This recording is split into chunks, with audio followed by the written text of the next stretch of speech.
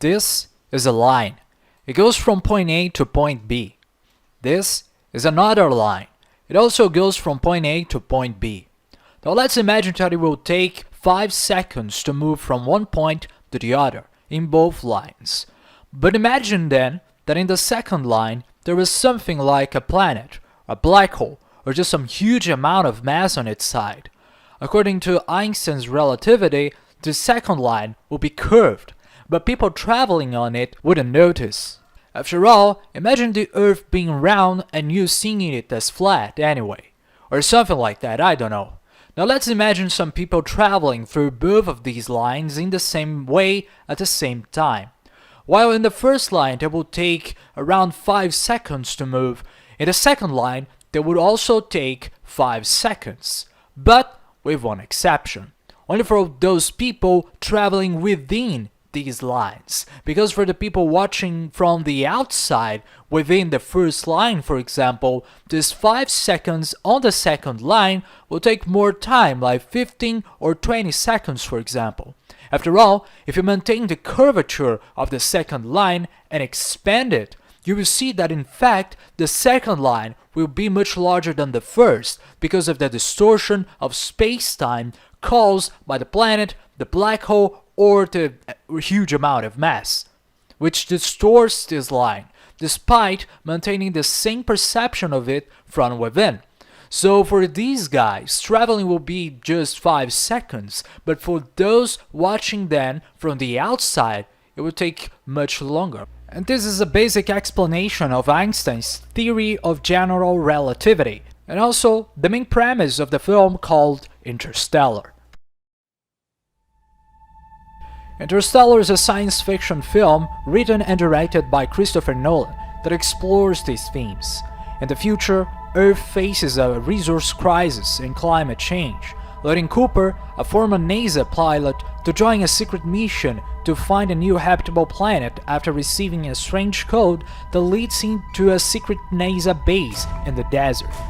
The mission has a simple goal: to find a new planet to serve as a base for a new human civilization.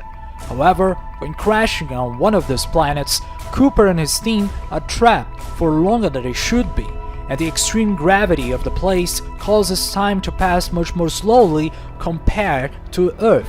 They are in the second line here, in which an hour inside means years for the outside. After discovering that none of the planets they were supposed to explore were inhabitable, Cooper decides to cross the gargantuan black hole to try and find out what causes the time-space distortion or something like that. He incorporates the Western archetype of the hero, which sacrifices himself like Jesus, Batman, or Iron Man. But then he's transported to a tesseract, a 5-dimensional dimension where time is visible as a physical space, and uses this experience to communicate messages from the future to his daughter, Murphy, which is named after the Murphy's Law, which says if anything has to happen, it will happen.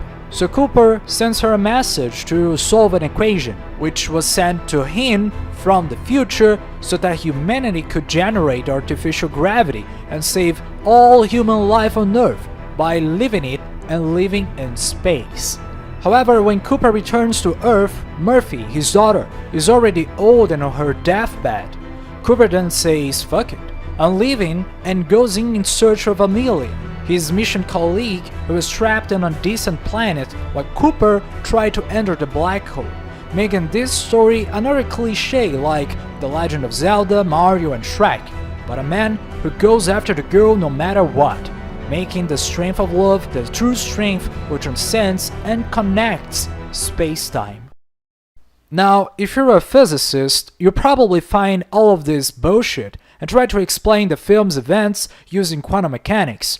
Or, if you're Neil deGrasse Tyson, you give it a stupid random score for what I believe, and also IMDb, is one of the best movies ever made. I'm going to put that down at a B.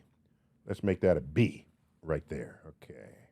Fuck you, Neil. But if you're a person with common sense, a philosopher, or just open to new ideas, you will probably prefer to look at this event through phenomenology, a branch of philosophy that dares to explain events as they are personally experienced, a branch specially studied by this guy called Martin Heidegger.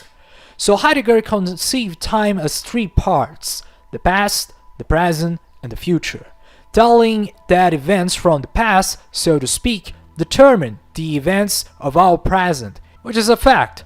But part of what we choose to do here in this present is also determined by a projection that we make for the future. For example, try and think, why did you click on this video? It could be because you were previously interested on the topics of time and philosophy, or maybe because the previous videos you've watched on YouTube made this one be recommended to you based on your history, or even that the society around you made propitious the environment for you to not only be interested on it, but also to watch it. But these are only motives that have made you move, so to speak, and watch this video. From the past to the present. But there's also the meaning, a word which comes from Old English, minan, and means to indicate or to point out, giving in a perspective of something that is forward.